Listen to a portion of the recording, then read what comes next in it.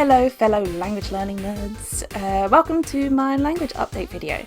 I just wanted to take a bit of a look at what I'm doing with my Japanese learning right now, to kind of take stock as to what I'm doing. It might make things clearer going forward maybe, and maybe make it clear to you guys what I've been up to maybe. I don't know, I just want to talk about what I've been doing. Firstly, I'm still doing my weekly evening classes. There's still a few lessons left before we technically break up for summer holes. But yeah, I've been doing those for a while and I do want to kind of continue doing those. I find that, having to go to class, or go to Zoom class, and having a teacher there expecting homework each week, it really does ensure that, at my worst, I do the bare minimum of study. I feel like there were plenty of times where if I didn't have that, I might have gone a week, maybe two, and then I'm like, oh, I haven't done anything. But class kind of like makes me do at least something. So that's been really useful for me. Plus it is reassuring that I have a teacher that I can just ask questions about, even if it's just a very simple thing like, what's this and this, what's the difference? And then it's a very simple like, oh, that is that, and that is that answer. It's reassuring to know that I have someone that I can just go to straight away and ask all my inane questions to. Also, I am very lucky in that my teacher and my classmates, I like them. I like them all. There's only a few of us, but whenever you join a class, you don't really know who's gonna be your classmate, who you're gonna have to be paired up with to work. So I think I'm very lucky that I have some good classmates. Kanji is my favourite. I'm still using.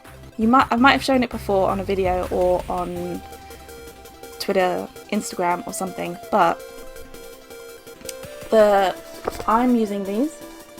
I don't know if the video comes out of them flipped or anything.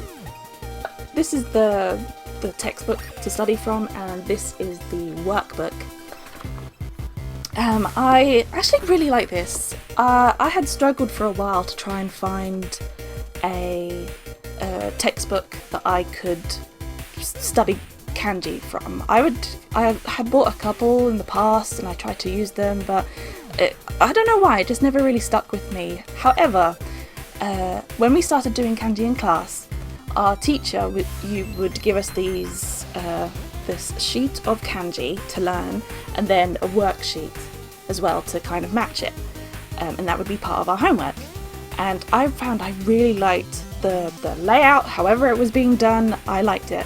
I was like, oh, if only it was a book. It was a book. One day I was in Foyles and I was in their massive language department, and I just randomly was like, oh, I want a kanji book, that would be really good for me. And I just picked up the first one off the shelf. I opened it up and I immediately recognised it as what my teacher had been using, and I was like, yes, Sensei, I know your secrets. So I bought the two of them and I've been using those for a while now, and I really, really like it. I've been able, because I have the textbook, I've been able to, for a long time, stay a little bit ahead of the class, so that whenever a teacher gives us our weekly kanji homework, I'm like, okay, I'm already a little bit familiar with these. So it makes that part of the homework very smooth, and I can do it very quickly. It makes me feel like I have a big brain. I am smart. S-M-R-T. I mean S-M-A-R-T. But recently I have been a bit slow on it. I've fallen behind a little bit, but I've started picking up pace again. So hopefully I'll go back to that same episode slightly ahead of where we are in class. Hopefully I'll get to that point soon again. Also, the book has 512. And so I don't know what I'm gonna do when I've learned all 512 of those. I don't know, I haven't even looked it up. I'm just hoping that a solution will appear to me. Maybe by that time I've been studying Kanji enough that it'll be much easier for me to get into the flow with a different textbook or start getting lists offline maybe. I don't know, that's a problem for future me. YouTube! I am always watching YouTube, and I have a few channels that are Japanese learning channels that I watch. There's a few of them. I could easily have made like a whole segment just on recommending different YouTube channels to learn Japanese from, but for now I'm going to highlight just one of them because they're the ones that I'm mainly using right now, and using them for a specific reason, and that is listening. I am terrible at listening in Japanese. I need to practice. It's my weakest skill in language learning. So I've been learning from Ako Nihongo Lessons. I wouldn't be surprised if you're studying Japanese yourself and you like to try and use YouTube videos. I would not be surprised if you've come across her before. She has really, really good language videos. I think she started making them last year, and she's been going on all the way up until now. She started doing videos for levels of N1, 2 and 3, but then not too long afterwards she started doing N4 stuff, which is where I was like, yeah, because that was more of my level. Her lessons are all, the majority of them are spoken in Japanese, and so I was a little bit hesitant at first, mainly because my listening is so bad. I didn't want to be just sitting there and she would, listening to her go on and explaining grammar and asking questions, and I'm just sitting there like, But luckily I found her N4 videos to be really good, or at least a really good match for my listening ability. It's very nice and clear. There's no, overcomplicated grammar or, loads of vocabulary that I might not have come across yet. It's just really good videos, and it's reassuring to know that she has higher levels as well. So then if, hopefully, I get better, and if I need to move on to N3, then I can still use her great videos to keep progressing, yeah. Speaking of YouTube, I did a video, my last video in fact, where it was like a little diary video. It was just one where I was like, I went to the park and I took loads of photos. Yeah, very simple and basic, but I did it all in Japanese.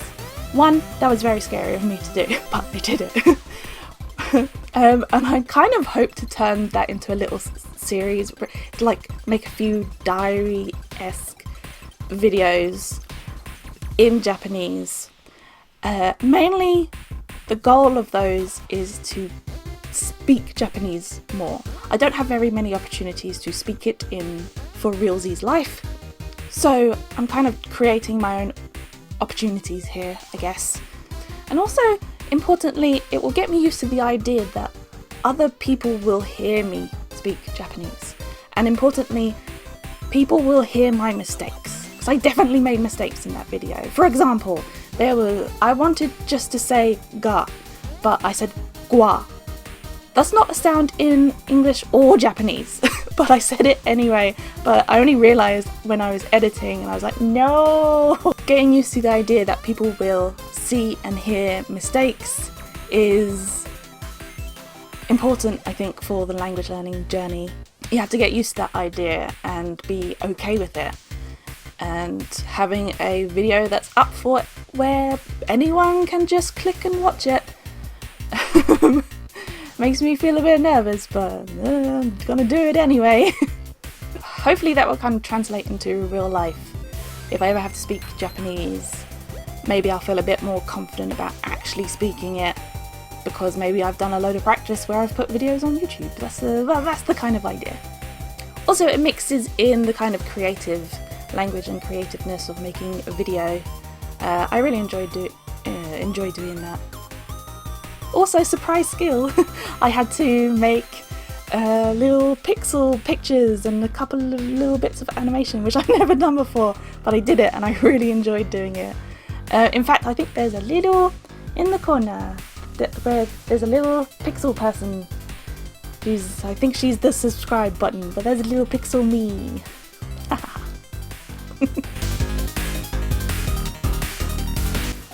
For reading, I am onto a new manga. I've read it before. Oh, do you know what? I've got it. Literally just here. Promised Neverland!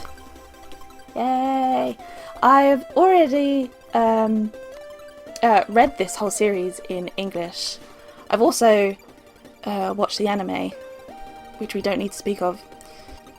But I've decided to try and read Volume 1 in Japanese. Now, I have been going very slowly in this. In fact, I'm only like here. I've only read that bit. It's not much. But that's on me. I keep not giving myself the time to read. But yeah, this is my kind of reading challenge.